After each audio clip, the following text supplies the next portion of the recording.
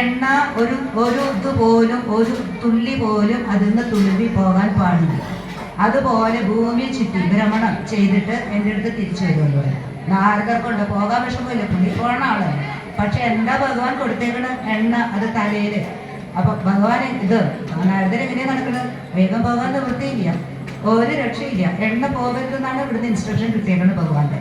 അപ്പൊ ഈ pregnant ladies നടക്കുമ്പോഴും അമ്പലത്തിലും അവരിങ്ങനെ ഓരോ പദം മെല്ലെ മെല്ലെ മെല്ലെ വെച്ച് അത് ശരീരം പറ്റണില്ല. അതുകൊണ്ടാണ് അതേപോലെ ഇത് അതേ രൂപത്തിലാണ് പുള്ളി നടക്കുന്നത്. സ്ലോ എന്ന് പറഞ്ഞ വളരെ സാവധാനം, ശ്രദ്ധ മുഴുവൻ ഇതിലാണ്. അയ്യോ കാലകാലം തട്ടും, അയ്യോ എണ്ണ പോകില്ല. ശ്രദ്ധ മുഴുവൻ എണ്ണയും എണ്ണപ്പെടും. അതാണ് തലയിൽ. ഒരു ചിന്തയില്ല, ഭഗവാന്റെ ചിന്തയില്ല, നടക്കണതും ചിന്തയില്ല. വീണയെ മറന്നു, നാമം മറന്നു, ഒക്കെ മറന്നു. മുഴുവൻ ചുറ്റി വൈകുന്നേരമായി തിരിച്ചു വന്നു.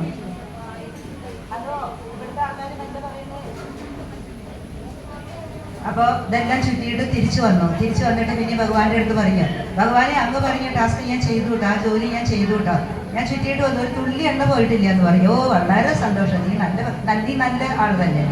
അപ്പോൾ പറയും, അല്ല ഭഗവാനെ ഇനി പറയൂ. അപ്പോൾ ഞാനല്ലേ നല്ല ഭക്തൻ. ശേഷം അല്ല, നീ ഇന്നത്തെ ദിവസം കാലത്ത് ഞാൻ നിനക്ക് എണ്ണക്കൂടെ തലയിൽ തരുന്ന അപ്പം മുതലേ ഇപ്പൊ എൻ്റെ അടുത്ത് വന്ന് നിൽക്കുന്ന വരയ്ക്ക് നീ എന്നെ എത്ര പ്രാവശ്യം നാരായണ എന്ന് പറഞ്ഞു ചോദിച്ചു.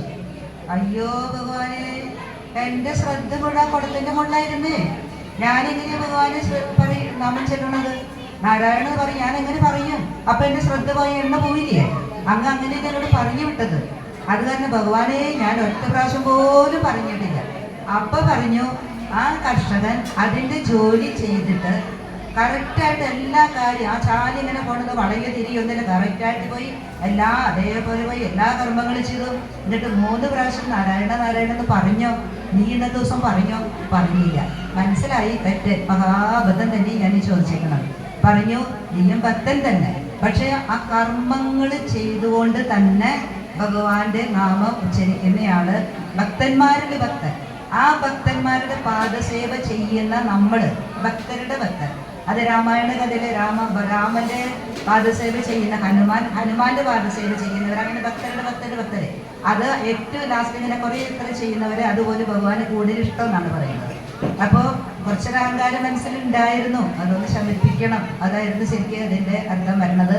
ഭഗവാൻ ഇവിടെ സാഷ്ടാംഗ നമസ്കാരം ഭഗവാനെ നാരദർ ചെയ്തു. കുറ്റം മനസ്സിലായി, തെറ്റ് മനസ്സിലായി. ഭഗവാനെ ഞാൻ ചോദിക്കേയില്ല ഇതുപോലുള്ള ചോദ്യങ്ങൾ, എനിക്ക് നല്ലോണം മനസ്സിലായി എന്ന് പറയും. എന്തായാലും സംശയങ്ങളൊക്കെ അവിടെ ഉത്തരം കിട്ടി. അതാണ്. പിന്നെ നമ്മൾ അടുത്തത് പറയാൻ ഉദ്ദേശിക്കുന്നത്, നമ്മൾ കേട്ടിട്ടുണ്ടാവും, എല്ലാവർക്കും പലവർക്കും അറിയുന്ന കഥ തന്നെയാണ് താമരയുടെ കഥ. ഭഗവാന് വളരെ ഇഷ്ടപ്പെട്ട ഒരു പൂവാണല്ലോ താമര. അപ്പൊ ഭഗവാന്റെ 4 കൈകളില് 4 ഇതുണ്ട്, ശംഖ് ചക്ര ഗദ പത്മം, 4 കയ്യിലും ഓരോ ഇത് വെച്ചിട്ടുണ്ട്. അപ്പൊ താമരയും കയ്യിലുണ്ട്. ഭഗവാന്റെ രൂപം നമ്മൾ എങ്ങനെയാണ്? ഭഗവാന്റെ വർണ്ണനയൊക്കെ ഞാൻ പറയുന്നില്ല, കിരീടം, അതെല്ലാം വർണ്ണനകളെല്ലാം വരുന്നുണ്ട്. അപ്പൊ 4 ഹസ്തങ്ങളില് കൈകളില് ഭഗവാന്റെ ആ രൂപമാണ് നമ്മുടെ മനസ്സിലും ആ ഗുരുവായൂരപ്പൊക്കെ ഒരുക്കിയിരിക്കുന്നത്. അങ്ങനെയാണ്.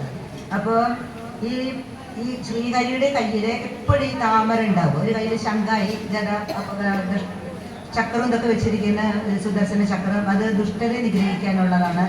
അപ്പോൾ ഭഗവാന്റെ ഈ താമര വെച്ചിരിക്കുന്നത്, താമരയെ അത്രയും പവിത്രത കൊടുത്ത് ഭഗവാന്റെ അടുത്ത് തന്നെ കയ്യിൽ സൂക്ഷിച്ചു വെക്കുക എന്ന് പറഞ്ഞാൽ ഭഗവാൻ താമര എടുത്തിരിക്കുക എന്നുള്ള അർത്ഥത്തിലാണ്. അപ്പൊ താമരയ്ക്ക് തോന്നി, അല്ല ഭഗവാന്റെ അടുത്ത്, ഹൃദയത്തിന്റെ അടുത്ത് ഞാനിൽ ഇരിക്കണം. എല്ലാവരും ഭഗവാനെ കാണുമ്പോൾ ഈ 4 കയ്യിലുണ്ട്, എന്നീ തൊഴിലുണ്ടല്ലോ കൂടെ.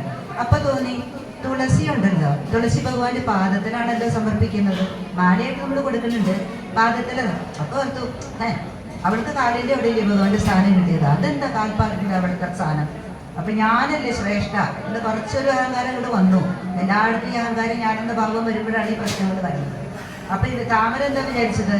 ശരിക്കും ഭഗവാന്റെ അടുത്തിരിക്കുന്ന താമരയാണ്. താമരയ്ക്ക് നല്ല സ്ഥാനമുണ്ട്. താമര ഈ അഹങ്കാരം കാരണം ഈ തുളസിയോട് പറഞ്ഞു, കഷ്ടം, നീ വെറുതെ കാൽപാദത്തിൽ കിടക്കാം, നിനക്കൊന്നും കിട്ടാനൊന്നും പോണില്ല, എന്ത് വ്യക്തി കിട്ടാനാ നിനക്ക്? എന്നെ നോക്ക്, വരുന്നവരെല്ലാം മുമ്പ് എന്നെയാ കാണുന്നത്. ഭഗവാന്റെ മുഖം കണ്ട ഉടനുണ്ട്, കൈകൾ കാണുമ്പോൾ എന്നെയാ കാണുന്നത്. എനിക്ക് അതിന്റെ പുണ്യം കിട്ടണം, നിനക്കൊന്നും കിട്ടും, നീ അവിടെ കളിച്ചോട്ടിൽ കിടണം, മഹാകഷ്ടം, നീ എത്ര കാലം കൊണ്ട് ഈ കാൽപാദത്തിൽ, നിനക്കൊരു മോചനമുണ്ട്, നീ അവിടെ തന്നെ കിടക്കുള്ളൂ എന്ന് പറഞ്ഞു. എന്നിട്ട് അതിന് കുറെ കളിയാക്കി, മഹാകഷ്ടം, പിന്നെ കളിയാക്കി. അപ്പോൾ തുളസിക്ക് കുറച്ച് അറിവുണ്ട്. ഒരു കഥാരൂപം പറയുന്നുണ്ടോ, അപ്പൊ തുളസി ഒന്നും വാർത്തനെ ഒന്നും നിന്നില്ല, ഒന്നും മിണ്ടിയില്ല, ഒക്കെ കേട്ടു. ഇത് കഴിഞ്ഞു. അപ്പൊ ഭഗവാന് ഈ ഇവരുടെ തമ്മിൽ സംസാരം ഭഗവാൻ കേൾക്കുകയാണ്. അപ്പൊ ഭഗവാൻ എന്താ ചെയ്തത്, ഈ തുളസിക്ക് അല്ല ഈ താമരയ്ക്ക് അതിന്റെ ശക്തി മനസ്സിലാവാത്ത കാരണമാണ്. അപ്പൊ പറഞ്ഞു, നീ തുളസിയെ കളിയാക്കി ചിരിച്ചു, തുളസിയുടെ എന്താ അതിന്റെ ശരിയായ കാര്യം നിനക്ക് മനസ്സിലാവാതെയാണ്. ഒരാളെ നിന്ദിക്കുക അല്ലെങ്കിൽ ചീത്തതായിട്ട് പറയുക, ചീത്ത വിചാരം മനസ്സിൽ വരിക, പ്രത്യേകിച്ചും ചീത്തയായിട്ട് നീ പറഞ്ഞു കളിയാക്കി എന്ന് പറഞ്ഞ് അങ്ങേയറ്റം നിഷേധിച്ചാൽ പറഞ്ഞത്. അവർക്ക് ഒരുപാട് വിഷമമായിട്ടുണ്ട്, അതേ രീതി പറഞ്ഞു. അത് കാരണം നിന്നെ ഞാൻ ശപിച്ചിരിക്കുന്നു, ഇന്ന് മുതൽ നീ ചെളിവെള്ളത്തിൽ വളരും. ഇപ്പൊ പണ്ട് താമര ശുദ്ധജലത്തിൽ അത്രേ വളർന്നുകൊണ്ടിരുന്നത്. അപ്പൊ ഈ ശാപം കിട്ടി. ഈശ്വരാ ഞാൻ ചെളിവെള്ളത്തെ എന്റെ ബുദ്ധം കൊണ്ട് ചെയ്തു പോയി. ഭഗവാനോട് മാപ്പൊക്കെ പറഞ്ഞു. കുറ്റം ഒരു ശാപം കിട്ടിയത് അനുഭവിച്ചേ തീരുള്ളൂ, പിന്നെയാണ് ശാപം മോചനം കിട്ടുന്നത്. അപ്പോ തുളസിയുടെ കാര്യം എന്ന് പറഞ്ഞാല് ദേവന്മാരും ഒന്നുമില്ല, കുറേ പാവപ്പെട്ട ഒരാളെ നമുക്ക് പൈസ ഇല്ല, അധികം ഒന്നുമില്ല, 2 തുളസി പൂ നമ്മൾ ഗുരുവായൂരപ്പന്റെ കണ്ണന്റെ മുമ്പിൽ അല്ലെങ്കിൽ ദേവിയുടെ മുമ്പിൽ നമ്മൾ അർപ്പിക്കും. ഇവിടെ ഗുരുവായൂരപ്പൻ്റെ ഇത് പറയുന്ന കാരണം കണ്ണാടില്ലാണ്ട് പറയുന്നത്. അപ്പൊ അവിടെ അർപ്പിക്കുന്നുണ്ട് ഇല്ലേ. അപ്പോ അവിടെ ഭക്തര് വന്നിട്ട് ആ പാദത്തിൽ നമസ്കരിക്കുമ്പോ തുളസിക്ക് കൂടെ അതിന്റെ പുണ്യം കിട്ടുന്നുണ്ട് അല്ലെ. തുളസി അവിടെ നിൽക്കണം, ആ പാദമാണ് നമസ്കരിക്കുന്നത്. അപ്പൊ ഒരു കണക്കിന് പറഞ്ഞ തുളസി വളരെ ശാന്തശീലിട്ടാണ് ഇരിക്കേണ്ടത്, അഹങ്കാരം ഒന്നും മനസ്സിലില്ല. ഭഗവാന്റെ പാദസേവ ചെയ്യാൻ എനിക്ക് സമയം കിട്ടിയത്, അതാണ് തുളസിക്കുള്ള സന്തോഷം. അപ്പൊ ഈ നമസ്കരിക്കുന്നവരവിടെ തുളസിയും കൂടിയാണ് നമസ്കരിക്കുന്നത്. പിന്നെ ദേവന്മാരെല്ലാം വന്ന് സന്തോഷം കൊണ്ട് ഭക്തജനങ്ങളും വളരെ സന്തോഷം കൊണ്ട്, നമ്മൾ പറയില്ലേ സങ്കടം വരുമ്പോൾ നമ്മൾ കരയും, സന്തോഷം വരുമ്പോൾ ആനന്ദാശ്രുക്കള്.